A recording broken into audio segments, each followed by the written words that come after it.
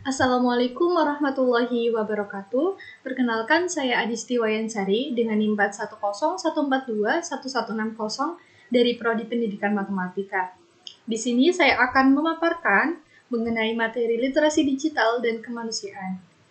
Untuk topik yang pertama yaitu hubungan manusia dan teknologi atau Society 5.0 dan Revolusi Industri 4.0. Nah, yang pertama yaitu kebudayaan. Dalam konsep kebudayaan, teknologi bahkan masuk di dalam salah satu bagian dari 7 unsur kebudayaan. 7 unsur kebudayaan ini meliputi yang pertama bahasa, yang kedua sistem pengetahuan, yang ketiga organisasi sosial, yang keempat sistem peralatan hidup dan teknologi, yang kelima sistem mata pencaharian hidup, yang keenam sistem religi, dan yang ketujuh kesenian.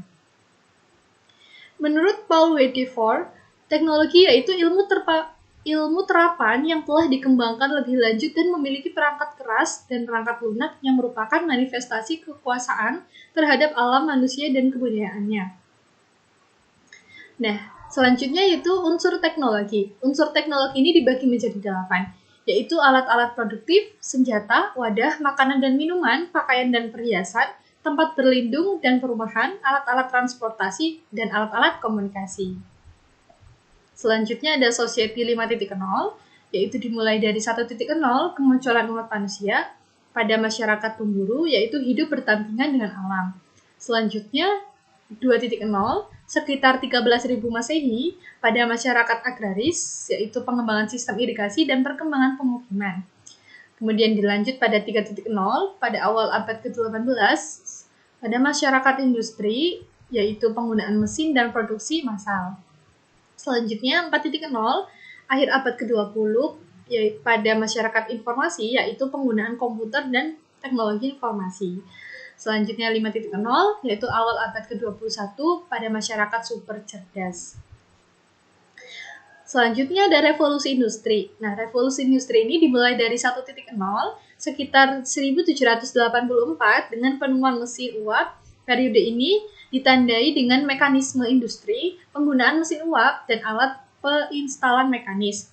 Nah, selanjutnya 2.0 sekitar tahun 1870 ditandai dengan tenaga listrik, munculnya lini produksi, dan perkembangan transportasi secara masif. Kemudian dilanjut pada 3.0, dimulai sekitar 1969, dikenal pula dengan istilah revolusi digital. Nah, ciri utamanya yaitu mulai dikenal otomatisasi, elektronisasi, dan penggunaan komputer. Pada 4.0, berawal pada abad ke-21, pada revolusi ini dikenal Cyber Physical System atau CPS, yang merupakan integrasi antara physical system, komputasi, dan juga komunikasi. Selanjutnya, topik kedua yaitu dampak negatif dan positif teknologi. Nah, terdapat 8 elemen penting untuk meningkatkan literasi digital masyarakat, yaitu ada kultural, kognitif, konstruktif, komunikatif, kepercayaan diri dan kreatif, kritis, dan bertanggung jawab secara sosial. Selanjutnya, di tengah sebaran informasi media digital saat ini, maka kemampuan literasi digital menjadi suatu yang strategis untuk mengurangi gagap teknologi atau gaptek dan menjadi masyarakat melek teknologi atau meltek. Nah, hal ini juga menjadi dasar perkembangan iptek atau ilmu pengetahuan dan teknologi yang terus berkembang dan mendorong penyampaian informasi yang lebih luas tanpa batas ruang dan waktu. Kemudian ada dampak positif dari kemajuan literasi digital dalam relevansi kehidupan bermasyarakat, yaitu today's era. Nah, fenomena saat ini telah menunjukkan pentingnya kombinasi antara menemukan, mengevaluasi, memanfaatkan, membagikan, serta membuat sebuah konten dengan menggunakan teknologi dan internet. Nah, penghematan waktu dan keakuratan data menjadi kelebihan praktis dari fungsi perkembangan digital. Integrasi, pemahaman, serta proses evaluasi terus mempermudah penggunaan akses digital untuk mendukung suatu kegiatan mencapai luarnya. Nah, kemajuan dan peran digital ini memotivasi kemampuan kita agar bisa beradaptasi dan mengantisipasi perkembangan digital sehingga kita terus bisa melaksanakan dan menjalani aktivitas kehidupan sehari-hari secara mandiri dan percaya diri. Kemudian jumlah yang kita sebut dengan kebutuhan literasi digital. Selanjutnya ada skills. Jadi skills ini kemampuan menggunakan teks, alat, dan teknologi untuk mengakses informasi dan hiburan. Kemudian ada kecakapan dalam berpikir kritis, menganalisis dan mengevaluasi data. Kemudian mampu mengkomposisikan pesan dalam praktik yang kreatif. Kemudian kemampuan untuk berefleksi dan berpikir kritis. Kemudian yang terakhir yaitu berpartisipasi aktif dalam aksi sosial baik secara individual atau melalui usaha kolaborasi dengan berbagai pihak. Selanjutnya ada facts, yaitu dibagi menjadi 3, yaitu pengembangan aplikasi, instrumen komunikasi, dan peningkatan keterampilan. Nah, untuk pengembangan aplikasi ini mempercepat proses alat bantu pengelolaan informasi dan mentransfer data dari perangkat satu ke yang lain. Kemudian ada instrumen komunikasi, di sini mengembangkan kemampuan bekerja berbasis digital sehingga mengasah keterampilan dalam berkomunikasi dan mengelola media sebagai sarana informasi untuk mendukung kegiatan sosial. Untuk yang ketiga yaitu meningkatkan keterampilan. Di sini mengembangkan keterampilan belajar mandiri, berinisiatif inovatif, kreatif, dan bertanggung jawab dalam pemanfaatan untuk pembelajaran, bekerja, dan pemecahan masalah sehari-hari. Nah, selanjutnya ada dampak positif kemajuan literasi digital dalam pendidikan. Di sini dibagi menjadi 5, yaitu dapat menghemat waktu. Jadi informasi yang dibutuhkan menjadi lebih cepat dan lebih mudah dalam mengakses tujuan pendidikan. Kemudian yang kedua, dapat belajar lebih cepat. Jadi sistem administrasi pada lembaga pendidikan akan lebih mudah dan lancar karena pendataan sistem informasi dan teknologi. Kemudian yang ketiga akan selalu mendapatkan informasi dan selalu terhubung. Jadi munculnya media massa khususnya media elektronik sebagai sumber informasi, pengetahuan, memberikan kesempatan kepada kita untuk terus berkomunikasi dan selalu mendapatkan networking. Nah, yang keempat, dapat memberikan keputusan yang baik, kemudian dapat menciptakan lapangan pekerjaan. Adapun dampak positif kemajuan literasi digital dalam pembelajaran. Nah, di sini dibagi menjadi 2, yaitu new metode dan e-learning. Nah, pada new metode ini yaitu dibagi menjadi 2, yaitu telekonferensi dan kelas virtual. Dan yang satu e-learning, yaitu pada perpustakaan online, diseminasi hasil penelitian, dan computer-aided instruction. Nah, untuk dampak negatif dari kemajuan literasi digital, yaitu pada keamanan digital. Jadi, serangan dunia maya, kemudian dapat mencuri informasi dan identitas, kemudian memanipulasi data digital. Nah, pada serangan dunia maya ini, yaitu jenis manuver ofensif yang digunakan oleh negara atau individu dan kelompok, ataupun organisasi yang menargetkan sistem informasi komputer dengan tindakan berbahaya, yaitu dalam bentuk mencuri, mengubah, dan menghancurkan target yang ditentukan. Nah, untuk bentuk serangan dunia maya ini dibagi menjadi 4, yaitu denial of service atau DOS, ada worm, ada virus, dan ada trojan. Nah, untuk keamanan digital, yaitu salah satu yang sering dilakukan untuk mencuri informasi dan identitas adalah phishing, yaitu bentuk penipuan yang dicirikan dengan percobaan untuk mendapatkan informasi peka, seperti kata sandi, kartu kredit, dengan menyamar sebagai orang atau bisnis yang terpercaya dalam sebuah komunikasi elektronik resmi. Nah, untuk manipulatif data digital, yaitu merubah suatu nilai data yang tersimpan pada suatu sistem. Jadi memanipulasi data terdiri dari mengubah data, menambah data, menghapus data, dan memperbarui data. Untuk kualitas hidup, yaitu dibagi menjadi 3, yaitu lingkungan hidup atau sampah sampingan, kemudian masalah mental, antisosial atau kecanduan, masalah produktivitas kerja. Pada bidang ekonomi dan politik, yaitu pembunuhan pekerjaan. Selanjutnya pada topik ketiga, konsep dan pemanfaatan Internet of Things dan Big Data. Yang pertama, Internet of Things atau IoT. Di sini untuk definisinya yaitu sebuah penemuan yang mampu menyelesaikan permasalahan yang ada melalui penghubungan teknologi dan dampak sosial. Nah, untuk tujuan IoT-nya yaitu konsep yang bertujuan untuk memperluas manfaat dari konektivitas internet yang tersambung secara terus-menerus. Kemudian untuk fungsi IoT-nya yaitu dengan sarana yang mempermudah untuk pengawasan dan pengendalian barang fisik, maka konsep IoT ini sangat memungkinkan untuk digunakan hampir pada seluruh kegiatan sehari-hari, seperti penggunaan perorangan, perkantoran, rumah sakit, pariwisata, dan industri, transportasi, konservasi hewan, dan pertanian, serta peternakan dan pemerintahan. Untuk konsep dan cara kerja IoT ini, yaitu mengacu pada 3 elemen. Pertama, pada arsitektur IoT, yaitu barang fisik yang dilengkapi model IoT, perangkat koneksi ke internet seperti modem dan router wireless PD seperti di rumah, cold data center tempat untuk menyimpan aplikasi beserta database. Jadi cara kerja Internet of Things yaitu dengan memanfaatkan sebuah argumentasi pemrograman di mana tiap-tiap pemerintah argumen itu menghasilkan sebuah interaksi antara sesama mesin yang terhubung secara otomatis tanpa campur tangan manusia dan dalam jarak berapapun. Internetlah yang menjadi penghubung di antara kedua internet mesin tersebut. Nah, sementara manusia hanya bertugas sebagai pengantar dan pengawas bekerja alat tersebut secara berlangsung. Nah, untuk perangkat IoT ini terdiri dari yang pertama sensor. Nah, sensor ini berfungsi sebagai penerima, pengoleksi informasi tentang apa yang ingin dimonitor, misalnya sensor suhu untuk mendapatkan informasi suhu, kamera, mikrofon, dan lain-lain. Untuk perangkat IoT ini juga ada CPU atau komputer. Jadi komputer di zaman ini tidak harus berbentuk laptop atau tower. Jadi khusus untuk membuat perangkat IoT ada perangkat komputer kecil atau sering disebut single board komputer seperti Raspberry Pi Audion. Perangkat komputer kecil inilah yang diprogram untuk mengelola informasi dari sensor yang terpasang dan menentukan tindakan berdasarkan informasi yang diperoleh dari sensor.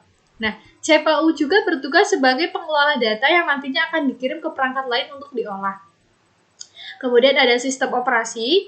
Jadi embedded device untuk perangkat IoT memerlukan sistem operasi khusus karena perangkat IoT berukuran kecil atau portable dan memiliki spesifikasi yang minim. Nah, sistem operasi inilah yang menjadi nyawa dan perangkat atau model atau embedded device atau perangkat IoT atau model IoT. Nah, untuk yang keempat yaitu jalur komunikasi. Nah, setelah sensor mengoleksi informasi dan CPU mengelola dan menentukan tindakan berdasarkan informasi yang diterima, maka perangkat IoT memerlukan jalur komunikasi untuk mengirim data yang telah diolahnya ke user atau bahkan ke server pusat. Nah, media komunikasi di sini bisa berupa Bluetooth, Wi-Fi, dan untuk mengirim informasi dari tempat yang jauh tanpa batas ruang dan waktu, maka perangkat IoT akan menggunakan media internet.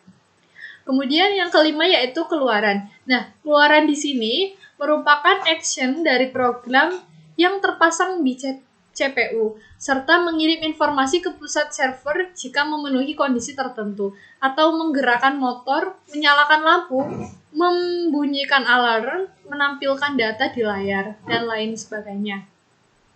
Nah, untuk kelebihan IoT ini, yaitu yang pertama ada data. Nah, semakin banyak informasi yang diperoleh, semakin mudah juga untuk menentukan tindakan yang tepat berdasarkan data yang ada. Dengan bantuan komputer dan algoritma program kita juga perlu mengecek data dan mensortir satu persatu. Biarkan mesinnya melakukan sesuai algoritma yang diinginkan secara cepat dan akurat. Yang kedua yaitu tracking. Dalam sistem inovatori dengan bantuan komputer akan sangat mudah untuk mengecek kesediaan, lokasi, dan kualitas barang sehingga memudahkan kita untuk melakukan pengelolaan sehingga tidak ada kasus kehabisan barang karena lalai dalam pengecekan jika dilakukan secara manual. Nah, kemudian yang ketiga yaitu waktu. Dengan bantuan sistem komputer yang telah diprogram sebelumnya untuk mengelola informasi tertentu dan melakukan tindakan sesuai yang telah diprogram, maka proses analisa dan pengambilan keputusan berdasarkan data yang besar akan sangat cepat. Kemudian yang keempat yaitu biaya. Jadi tidak bisa dipungkiri penggunaan tenaga manusia yang terbatas, kemampuan yang terakibatkan diperlukan banyak tenaga manusia untuk melakukan pekerjaan yang berat. Nah, dengan bantuan mesin yang kemampuannya dapat diatur dan dapat menggantikan pekerjaan manusia, manusia tidak perlu melakukan hal berat dan rumit di zaman sekarang. Cukup dengan menjadi operator mesin saja. Dari sini terlihat bahwa biaya untuk mengkaji karyawan lebih sedikit karena sudah digantikan oleh mesin. Untuk kekurangan IoT, yaitu ada 3, yaitu pertama, compatibility. Nah, di sini tidak ada standarisasi penggunaan sensor seperti penggunaan USB. Jadi ketika sebuah sistem dengan IoT device mengalami kerusakan, maka kita harus membeli vendor yang sama untuk menggantinya. Kemudian yang kedua yaitu complexity. Nah, di balik kemudahan yang disajikan, di sana ada sebuah IoT model yang dirangkai secara kompleks untuk menerima dan mengelola informasi, dan alat tersebut memerlukan tenaga ahli untuk merawat secara berkala agar sistem tetap berjalan. Yang ketiga yaitu safety. Nah, semua perangkat dan program komputer rawan akan tindakan hacking. Selanjutnya ada big data. Nah, untuk definisi big data ini yaitu menggambarkan volume data yang besar, baik data yang terstruktur maupun data yang tidak terstruktur. Untuk definisi big data ini yaitu masih terbilang baru dan sering disebut sebagai tindakan pengumpulan dan penyimpanan informasi yang besar untuk analisis. Nah, fenomena big data dimulai pada tahun 2000-an ketika seorang analisis industri, Doug Looney, menyampaikan konsep big data yang terdiri dari 3 bagian penting. Nah, di antaranya yaitu ada volume, kecepatan, dan variasi. Selain 3 bagian penting tersebut, para peneliti big data juga menambah bagian yang termasuk penting lainnya seperti variabilitas dan kompleksitas. Nah, mengapa big data ini penting? Tidak hanya berputar pada jumlah data dan organisasi milik, tetapi hal yang penting adalah bagaimana mengelola data internal dan juga eksternal. Jadi kita dapat mengambil data dari sumber manapun dan menganalisisnya untuk menemukan jawaban yang diinginkan dalam bisnis seperti yang pertama, pengurangan biaya, pengurangan waktu, pengembangan produk baru, dan optimalisasi penawaran produk, dan pengambilan keputusan yang cerdas. Nah, mengapa big data ini penting? Jadi ketika organisasi mampu menggabungkan jumlah data besar yang dimilikinya dengan analisis bertenaga tinggi, organisasi dapat menyelesaikan tugas-tugas yang berhubungan dengan bisnis seperti menentukan akar penyebab kegagalan untuk setiap masalah bisnis, menghasilkan informasi dan mengenai titik penting penjualan berdasarkan kebiasaan pelanggan dalam membeli, menghitung kembali seluruh resiko yang ada dalam waktu yang singkat, mendeteksi perilaku penipuan yang dapat mempengaruhi organisasi. Selanjutnya ada topik 4, yaitu konsep dan pemanfaatan Artificial Intelligence. Nah, pengertian Artificial Intelligence ini atau biasa disebut dengan AI, yaitu kecerdasan buatan. Nah, AI ini merupakan mesin yang belajar dari pengalaman, menyesuaikan diri dengan input baru, dan melakukan tugas seperti manusia. Menurut John McCarthy, pada tahun 1956, AI ini untuk mengetahui dan memodelkan proses-proses berpikir manusia dan mendesain mesin agar dapat menirukan perilaku manusia. Untuk tujuan dari AI ini yaitu membuat mesin menjadi lebih pintar atau termasuk dari tujuan utama, kemudian memahami apa itu kecerdasan yang termasuk dari tujuan ilmiah, dan membuat mesin lebih bermanfaat atau tujuan entrepreneurial. Nah, selanjutnya ada konsep AI juga. Nah, konsep AI ini juga dibagi menjadi 4, yaitu thinking humanly, yang kemudian yang kedua thinking rationally, yang ketiga acting humanly, dan yang keempat acting rationally. Untuk bagian utama dari AI yaitu dibagi menjadi 2, basis pengetahuan dan motor inferensi. Nah, untuk basis pengetahuan ini berisi fakta-fakta, teori, pemikiran, dan hubungan antara satu dengan yang lain. Kemudian untuk motor inferensi yaitu kemampuan menarik kesimpulan berdasarkan pengalaman. Untuk implementasi AI ini dibagi menjadi 5, yaitu teknologi artificial intelligence di bidang medis untuk meningkatkan efek pengobatan. Kemudian untuk yang kedua yaitu teknologi artificial intelligence dalam jurnalisme. Kemudian yang ketiga perbaikan mobil menggunakan AR atau augmented reality. Yang keempat yaitu mendukung proses perekrutan karyawan. Yang kelima meningkatkan kepuasan dengan layanan pelangganan atau asisten virtual dan chatbot. Kemudian yang kelima ada konsep dan pemanfaatan e-commerce. Nah, untuk pengertian dari e-commerce ini penggunaan internet dan web untuk transaksi bisnis. Secara formal dapat didefinisikan sebagai transaksi komersial yang tersedia secara digital antara lintas organisasi atau perusahaan maupun individu. Nah, untuk tren e-commerce pada tahun 2013 sampai 2014 ini meliputi perkembangan e-commerce sosial lokal dan mobil. Kemudian ada mobil platform menjadi musuh PC platform. Kemudian untuk pertumbuhan cloud computing, kemudian ledakan pertumbuhan big data, ada e-books mulai diterima luas, dan pertumbuhan user general content. Nah, mengapa kita perlu mempelajari e-commerce? Jadi, e-commerce ini teknologi yang berbeda, lebih kuat dari teknologi sebelumnya. Kemudian e-commerce ini membawa perubahan fundamental terhadap perdagangan, dan perdagangan tradisional meliputi konsumen sebagai target pasif, orientasi pemasaran massal, orientasi tenaga penjual, harga tetap, dan informasi asymmetric. Untuk tipe e-commerce dibagi menjadi 6, yaitu business to customer atau B2C, yang kedua business to business B2B, kemudian yang ketiga customer to customer yaitu C2C. Yang keempat social e-commerce, yang kelima mobile e-commerce atau m-commerce, yang keenam local e-commerce. Nah, untuk model bisnis e-commerce ini ada value proposition atau proporsi nilai, ada reference model atau model pendapatan, ada market opportunity atau kesempatan pasar, ada competitive environment atau lingkungan kompetitif, ada competitive advantage yaitu keunggulan pesaing, ada market strategy atau strategi pasar, ada organization development atau pengembangan organisasi, ada manajemen tim atau tim manajemen. Nah, bagaimana e-commerce merubah bisnis? Jadi e-commerce merubah struktur industri dengan mengubah yang pertama, persaingan antara kompetitor yang sudah ada, kemudian halangan masuk ke dalam industri, kemudian ancaman substitusi produk baru, kekuatan pemasok, kekuatan daya tawar pada pembeli.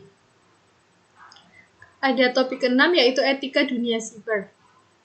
Nah, di sini ada tips bijak bermedia sosial, yaitu ada selektif berteman, ada interaktif bukan pasif, hindari pengumbaran kehidupan pribadi, kenali ciri-ciri hoax, media sosial bukan ruang pameran, ada sewa foto yang informatif, kemudian ada bagikan pandangan politik secara bijak dan santun, ada wartakan damai, kemudian ada tampilan karya positif.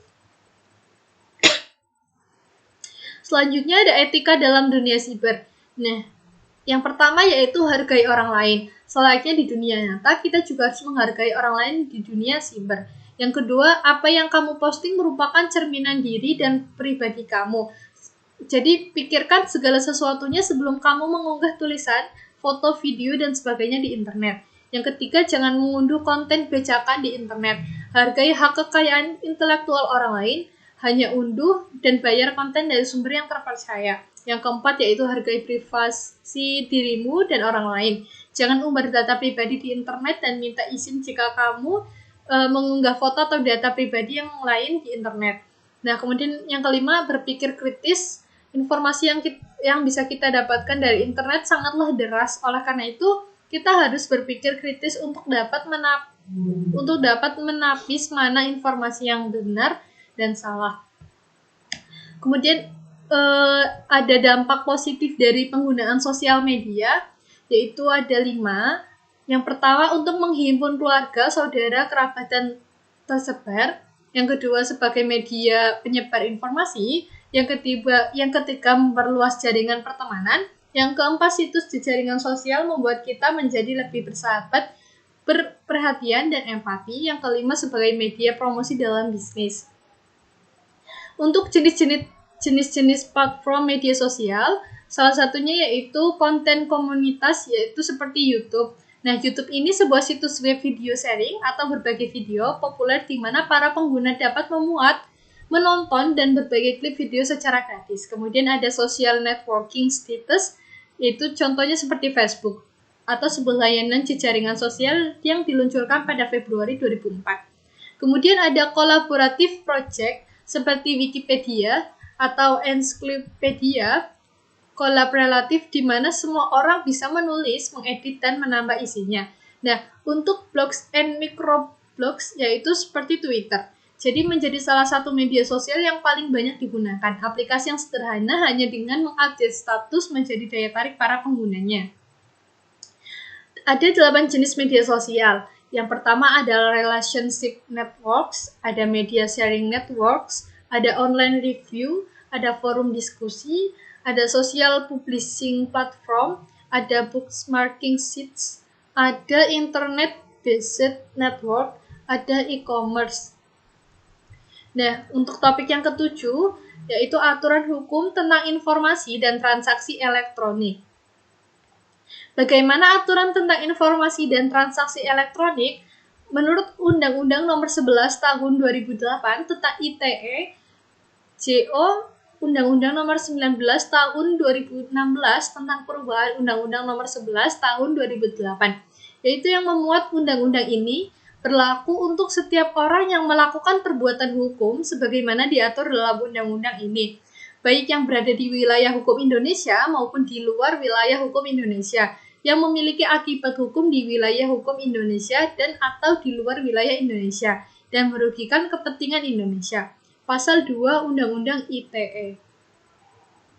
Nah, kemudian ada asas pasal 3, yaitu ada asas iktikat baik, kemudian ada asas kebebasan memilih teknologi atau netral teknologi, ada asas kepastian hukum, ada asas manfaat, dan ada asas kehati-hatian. Dan yang terakhir ada pemanfaatan teknologi dan transaksi elektronik dilaksanakan dengan tujuan, yaitu mencerdaskan kehidupan bangsa sebagai bagian dari masyarakat informasi dunia.